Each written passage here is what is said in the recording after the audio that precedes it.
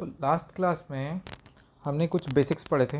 Highway engineering को जानने के लिए कुछ बेसिक्स हैं वो पढ़े थे। आज हम प्रॉपर ज्योमेट्रिक डिज़ाइन स्टार्ट कर रहे हैं। ज्योमेट्रिक डिज़ाइन में आज की क्लास में हम क्रॉस सेक्शनल एलिमेंट्स के बारे में पढ़ने वाले हैं।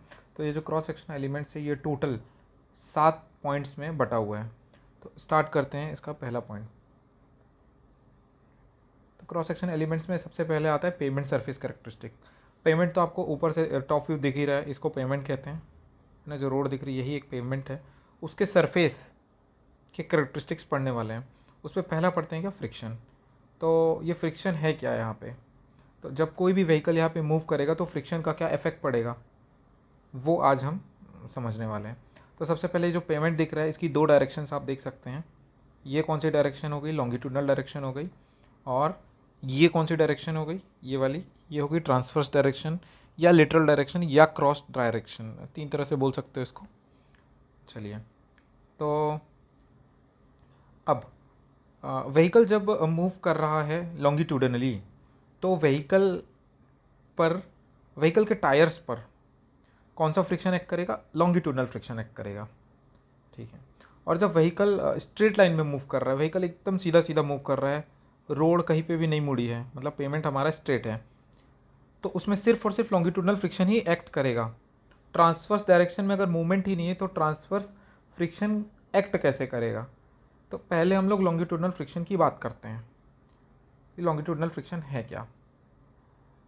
जो लॉन्गिट्यूडनल फ्रिक्शन है वो बेसिकली दो चीज़ों पे डिपेंड करता है। एक स्पीड पे डिपेंड करता है, दूसरा मटेरियल पे डिपेंड करता है। तो स्पीड पे कैसे डिपेंड करता है, आईआरसी ने कुछ वैल्यूज़ दी हैं जिसको आपको इस टेबल को याद करना है ना। ये एज पर आईआरसी है। इन्होंने क्या किया है, जो लॉन्गिट्यूडनल फ्रिक्शन की जो वैल्यू है इसकी वैल्यूज़ स्पीड के रेस्पेक्ट में दे दी है। जैसे लेस देन 30 अगर kmph में स्पीड रहेगी व्हीकल की तो 0.4 है। सिमिलरली 40 के लिए 0.38 है, 50 के लिए 0.37 है, 60 के लिए 0.36 है, 65 के लिए 0.36 है और ग्रेटर देन 80 के लिए है 0.35। तो ये वैल्यूज़ याद रखना है। कभी कभी क्वेश्चन में स्पीड दे देता है और ये एफ लॉन्गिट्यूडनल की वैल्यू, लॉन्गिट्यूडनल फ्रिक्शन की वैल्यू नहीं देता है, तो वहाँ पे ये टेबल हमको हेल्प करेगा। तो इस टेबल को अच्छे से, बहुत अच्छे से याद रखना है। अच्छा, अपन पहले से क्या पढ़ते आ रहे हैं, जो फ्रिक्शन होता है, फ्रिक्शन फोर्स, एफ से डिनोट कर रहा हूँ उसको, वो म्यू टाइम्स ऑफ एन होता है ना, कोफिशिएंट ऑफ फ्रिक्शन और नॉर्मल रिएक्शन। यहाँ पे ये जो कोफिशिएंट ऑफ फ्रिक्शन है उसको हम लोग एफ से डिनोट कर रहे हैं। ठीक है, हम लोग यहाँ पे जो नोटेशन है वो क्या यूज़ करेंगे, एफ का नोटेशन यूज़ करेंगे। तो अच्छा, एक और चीज़, कोफिशिएंट ऑफ फ्रिक्शन और फ्रिक्शन फैक्टर दोनों एक दूसरे के प्रोपोर्शनल होते हैं। तो यहाँ पे इसको हम एफ को क्या बोल रहे हैं, फ्रिक्शन फैक्टर बोल रहे हैं। अब ये जो कोफिशिएंट ऑफ फ्रिक्शन है ये दो चीज़ पे डिपेंड किया। एक तो स्पीड पे कैसे डिपेंड किया बता दिया मैं। स्पीड पे इन्होंने डिपेंडेंसी बताई, आईआरसी नहीं बता दी है कि स्पीड अगर बढ़ते जाएगी, स्पीड अगर बढ़ रही तो आप देख सकते हैं लॉन्गिट्यूडनल फ्रिक्शन की वैल्यू कम होते जा रही है। इन दोनों के लिए सेम है, फिर कम हुई। ठीक है, तो एक ये आउटकम आया। दूसरा मटेरियल पे डिपेंड करता है। अब ये मटेरियल क्या है, मटेरियल मतलब पेमेंट पे हमारा जो व्हीकल चल रहा है, तो पेमेंट से डायरेक्ट कांटेक्ट में व्हीकल का कौन सा पार्ट है, तो टायर है। ऑब्वियसली टायर ही है। टायर से मैं पहले ही क्लास में बता चुका हूँ, टायर से लोड ट्रांसफ़र होता है नीचे, है ना। अब यहाँ पे जो है लोड की तो बात नहीं हो रही है, फ्रिक्शन की बात हो रही है। तो चलिए देखते हैं कैसे डिपेंड करता है मटेरियल पे। तो मटेरियल तो टायर ही हो गया। अब यहाँ पे मैं टायर बना ही देता हूँ तो आपको ज़्यादा ईजिली समझ आएगा। टायर को फ्रंट पोर्शन बना दिया जाए, ये ऐसा हो गया कुछ। ठीक है, अब आपने जनरली देखा होगा कि टायर में ट्रेड्स होते हैं। ये जो मैं बना रहा हूँ ये ट्रेड्स है, ये ट्रेड्स बना दिया मैंने, ये ट्रेड्स है।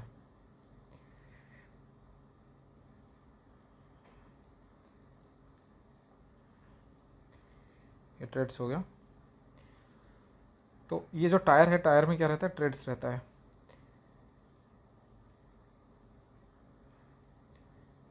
ये बना दिया। चलिए ठीक है, समझने की कोशिश करना। ये जो ट्रेड्स, एक एग्जांपल दे देता हूँ तो ज़्यादा से समझ जाओगे।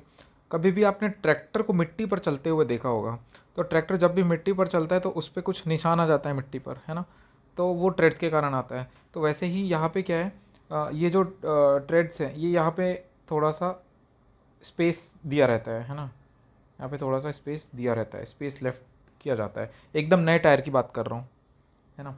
और ये जो बॉटम पोर्शन है इसका, ये तो रोड के कांटेक्ट में है कि नहीं, रोड के कांटेक्ट में।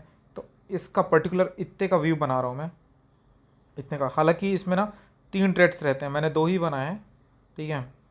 अब मैं इसको जो बॉटम में 3 बना रहा हूँ, ठीक, इसको थोड़ा सा जूम करके बना रहा हूँ तो ज़्यादा अच्छे से समझ आएगा। ये हो गया 1, ये हो गया 2। अब थोड़ी सी पिक्चर जो है क्लियर हो गई होगी। ये ट्रेड्स हो गया, ये ट्रेड्स हो गया। आप गूगल कर लेना इस इमेज को, ट्रेड्स ऑफ टायर, तो आपको और अच्छे से समझ आ जाएगा। ये टायर का मैंने फ्रंट व्यू बनाया है। अब ये बॉटम पोर्शन पे जो है ये टायर का फ्रंट व्यू है, और बॉटम पोर्शन में जो अब मैंने ये जो व्यू बनाया ये है। चलिए अब क्या समझना था अपने को, क्या समझना है इसमें, मटेरियल की कैसे डिपेंडेंसी है लॉन्गिट्यूडनल फ्रिक्शन की। तो मटेरियल हमने टायर बना दिया। अब यहाँ पे जो ये एरिया ऑफ कांटेक्ट है, इसमें एक और पॉइंट अपने को अभी से ध्यान रखना चाहिए कि जो एरिया ऑफ कांटेक्ट होता है टायर का, तो वो एरिया ऑफ कांटेक्ट कैसा रहता है, उसका शेप क्या रहता है। एक्चुअल शेप इलिप्टिकल रहता है, लेकिन हम लोग एजम्पशन के लिए शेप को हमेशा क्या लेते हैं, सर्कुलर लेते हैं। इसको तो याद ही कर लो, एज्यूम्ड शेप क्या होता है, सर्कुलर होता है। आगे चल के एनालिसिस में काम आएगा, अभी से बता दे रहा हूँ, ठीक है। और एरिया ऑफ कांटेक्ट क्या है, टायर के बॉटम में कुछ एरिया है जो रोड को टच कर रहा है, उसी कांटेक्ट को क्या बोलते हैं, एरिया ऑफ कांटेक्ट बोलते हैं। दूसरी चीज़ भी आपको समझ आ गई होगी। तो चलो ये नया टायर है, नया टायर को मैंने, ये रोड है हमारी, है ना, ठीक है। तो ये रोड के कांटेक्ट में है, अब ये रोड बना दी मैंने, रोड के कांटेक्ट में है। तो अब आप देख सकते हो एरिया जो है इसके कारण, ये ट्रेड्स के कारण एरिया क्या है, कम है, एरिया कम हुआ। तो क्या बोल सकते हो, नए टायर का दो तरह के टायर समझ लो, एक न्यू टायर है, और एक दूसरा टायर है, ओल्ड टायर है। तो न्यू टायर में एरिया ऑफ कांटेक्ट ज़्यादा है कि कम है, तो लेस है बोल दो। और ओल्ड टायर में एरिया ऑफ कांटेक्ट, क्योंकि ये जो ओल्ड टायर है वॉर्न आउट हो जाएगा, घिस जाएगा, तो इसके घिसने के कारण ये ट्रेड्स जो हैं, तो ट्रेड्स जो है ये ख़त्म हो जाएंगे, ऐसा ऐसा समझ लो, बचेंगे ही नहीं। तो अब एरिया क्या हो जाएगा, यहाँ पे एरिया ऑफ कांटेक्ट मोर हो जाएगा। ये 2 चीज़ें अगर समझ आ गई होंगी तो अब एकदम ईजिली समझ आ जाएगा आपको आगे जो बताने वाला हूँ कॉन्सेप्ट। तो अब मेरे को एक कॉन्सेप्ट अभी दे दे रहा हूँ, उसको अगर आप समझ जाओगे तो आपके लिए ईजी होगा। कि आप एक वॉर्न आउट टायर देख सकते हो, जितना ज़्यादा एरिया रहेगा उतना ज़्यादा फ्रिक्शन फैक्टर की वैल्यू मिलेगी, मतलब उतना ज़्यादा फ्रिक्शन मिलेगा। तो इन दोनों में, पहले वाले में और दूसरे वाले में, दोनों में एरिया किसका ज़्यादा है, ओल्ड टायर का ज़्यादा है। तो अच्छा है यार, इतना ऐसा है तो हमको फ्रिक्शन का वैल्यू ज़्यादा मिलेगा, ठीक है। इसका एक बहुत अच्छा एग्जांपल अब मैं वेट पेमेंट और ड्राई पेमेंट में बताऊंगा। तो वेट पेमेंट और ड्राई पेमेंट में आप एग्जांपल देख सकते हैं अपने जूते का, जो शूज़ रहता है उसको यहाँ से हम एनालॉजी बना सकते हैं दोनों की। कि आपका जब शू के नीचे जो ट्रेड्स बना रहता है, अगर मान के चलो वो जो है वो पूरी तरह से आपका शू घिस चुका है, और आप उसको किसी वेट सरफेस में आप चल रहे हो, तो वहाँ पे क्या फ्रिक्शन एक्ट करेगा, नहीं करेगा। वहाँ पे आप फिसल के गिर जाओगे, फिसलने के मतलब चांसेस ज़्यादा बढ़ जाएंगे, ठीक है। लेकिन वही अगर आप वेट पेमेंट में नया शू पहन के चलते हो जिसमें ट्रेड्स बने हैं, तो क्या आप फिसल के गिरोगे, तो बहुत कम चांसेस है कि आप फिसल के गिरोगे। एक ये पहला पॉइंट हो गया। दूसरा पॉइंट ये हुआ कि अब उसी को अगर आप ड्राई पेमेंट में देखते हो, ड्राई पेमेंट में अगर आप जो है पूरी तरह से घिसा हुआ है आपका जूता, है ना, और ड्राई पेमेंट में आप चल रहे हो, तो आपको अच्छा फ्रिक्शन मिलेगा, क्योंकि एरिया ज़्यादा बढ़ गया।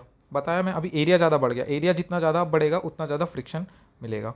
लेकिन वही अगर आपका शू न्यू है, तो आपका एरिया ऑफ कांटेक्ट जो है कम हो जाएगा, क्योंकि उसमें भी ट्रेड्स रहते हैं।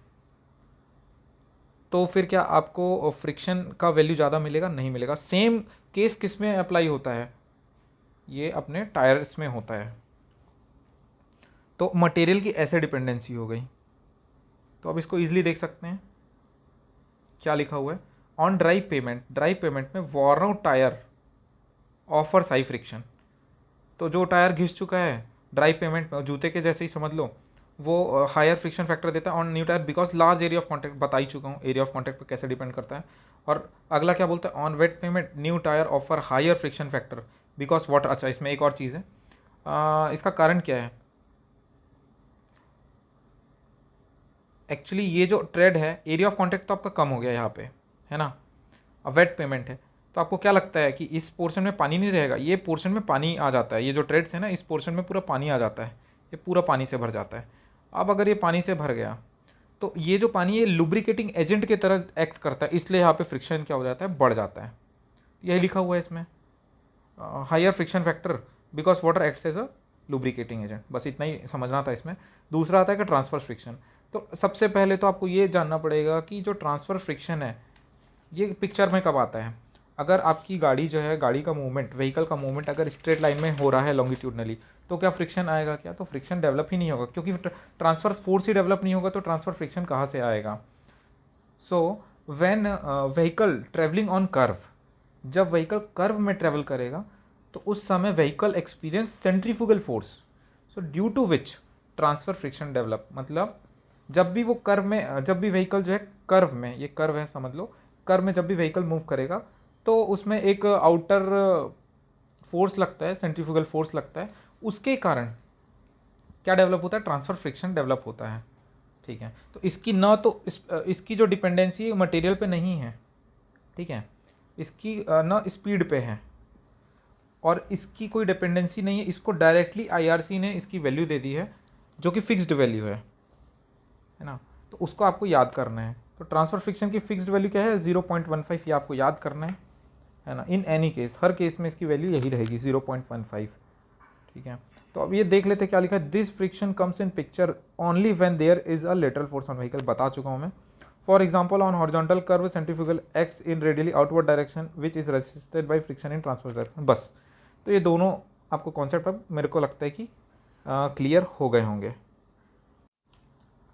अब पढ़ते हैं स्किड और स्लिप। तो आपको एक कार दिख रही है, इस कार में आपको एक फ्रंट व्हील दिख रहा है, ठीक है। तो ये फ्रंट व्हील में मैंने ऐसा कर दिया और ये कार जो है ये आगे मूव होगी, ठीक है। तो यहाँ पे आपको नीचे दिख रहा है रोटेशन और ये दिख रहा है ट्रांसलेशन। तो रोटेशन और ट्रांसलेशन है क्या? ये जो टायर दिख रहा है ये जो रोटेट करेगा, गोल गोल जो घूमेगा, रोटेट करेगा, है ना, क्लॉकवाइज डायरेक्शन में, तो उसको रोटेशन बोलेंगे। ट्रांसलेशन का मतलब है मूवमेंट, यहाँ से लेके यहाँ तक कितना मूवमेंट हुआ, तो ये एक तरह से ट्रांसलेशन हो गया। तो अब कुछ कुछ कॉन्सेप्ट दे रहा हूँ, उसको ध्यान देना कि only and only when speed of vehicle is constant, speed जब क्या रहेगी? कांस्टेंट रहेगी, सिर्फ उसी के केस में। In that case only one rotation, एक रोटेशन किसके बराबर होता है? 2πr ट्रांसलेशन के बराबर होता है। 2πr ट्रांसलेशन के बराबर होता है।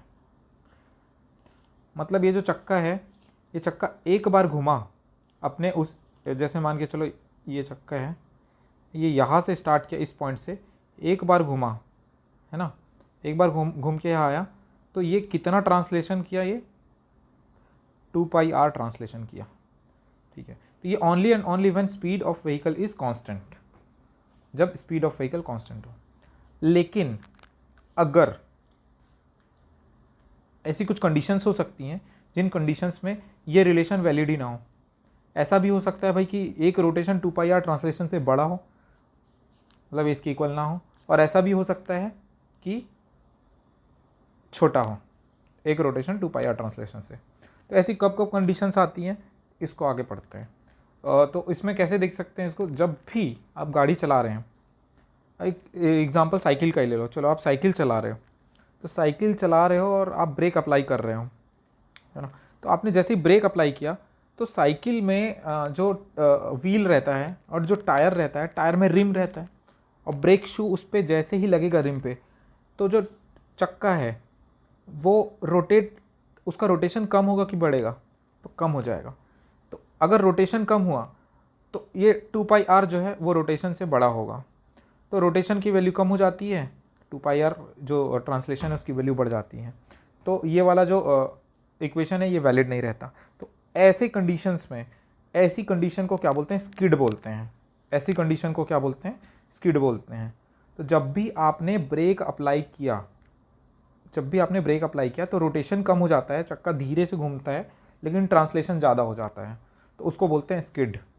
और यही मैं ऐसा बोलूँ कि अचानक से मान के चलो कोई सामने आ गया, इमिडिएटली आपके सामने आ गया कोई, और मान के चलो आप बाइक का एक एग्जांपल लो, आपको डिस्क ब्रेक है, आपने अचानक से ब्रेक लगाया, तो ब्रेक लगाने पे रोटेशन ऑफ व्हील, अगर मान के चलो रोटेशन ऑफ जो टायर है वो 0 हो जाएगा और गाड़ी धीरे धीरे कुछ आगे बढ़ेगी, तो उस समय रोटेशन 0 हो गया लेकिन ट्रांसलेशन क्या फुल है, तो उस कंडीशन को क्या बोलेंगे? प्योर स्किड बोलेंगे। उस कंडीशन को क्या बोलेंगे? प्योर स्किड बोलेंगे। ये लिखा भी हुआ है। तो स्किड बोले तो आपको हमेशा ब्रेक याद रखना है। तो ब्रेकिंग कम होगी तो रोटेशन कम हो जाएगा, ट्रांसलेशन ज़्यादा रहेगा, और प्योर स्किड में अचानक से आपने ब्रेक लगाया तो रोटेशन होगा नहीं, सिर्फ ट्रांसलेशन होगा। अब पढ़ते हैं स्लिप। अच्छा, स्लिप को पहले पढ़ने से मैं एक यहाँ पे वीडियो चला रहा हूँ, इस वीडियो को देखो, बस आप इस वीडियो को देखो, फिर आप थोड़ा सा आपके दिमाग में कुछ समझ आएगा कि क्या हो सकता है स्लिप। चलिए अब मैं बताता हूँ स्लिप को। ये जो स्लिप होता है, स्लिप में आप बस इतना समझिए, अभी आपने कुछ वीडियो देखा, अगर मैं अचानक से, अब मैं कार चला रहा हूँ, अचानक से मैंने एक्सीलरेट किया, है ना, अभी कार बंद थी, अब मैंने चालू किया और एकदम से एक्सीलरेट किया, तो एकदम से एक्सीलरेट करने से रोटेशन ज़्यादा होगा कि ट्रांसलेशन ज़्यादा होगा? तो ऑब्वियसली रोटेशन ज़्यादा होगा, वो आप देख भी सकते हो वीडियो से समझे होंगे तो। अच्छा, एक और चीज़ आप जान लो, ये जो गाड़ी थी आपने देखी, उसमें जो इंजन होता है, इंजन क्या करता है? पावर जनरेट करता है, और वो पावर जनरेट करता है, और क्या नीचे जो एक्सल पहले ही बता चुका हूँ, जो एक्सल रहता है, एक्सल को रोटेशन प्रोवाइड करता है, और इस फ्रिक्शन के कारण रोटेशन किस में कन्वर्ट होता है? ट्रांसलेशन में कन्वर्ट होता है। तो जिस मोमेंट में rotation is greater than translation, उसी को क्या बोलेंगे? स्लिप बोलेंगे, और ये ड्यूरिंग एक्सेलरेशन होता है। तो प्योर स्लिप क्या होगा? प्योर स्लिप का एग्जांपल बहुत इजी है, आप समझ लो बारिश में गाड़ी फंस गई है आपकी मड में, और टायर पूरा डिप्ड है मड में, तब आप एक्सीलरेट करके देखो क्या होगा। तब एक्सीलरेट करने से क्या होगा कि टायर सिर्फ रोटेट होगा, अपनी जगह पे ही गोल गोल घूमेगा, लेकिन ट्रांसलेशन नहीं होगा। उस वीडियो में प्योर स्लिप नहीं था क्योंकि थोड़ा सा ट्रांसलेशन हो रहा था, इसलिए rotation is greater than slip. Pure slip वाला केस आपने इमेजिन कर लिया होगा। तो यहाँ पे अपना ये स्किड और स्लिप समझ आ गया होगा आपको।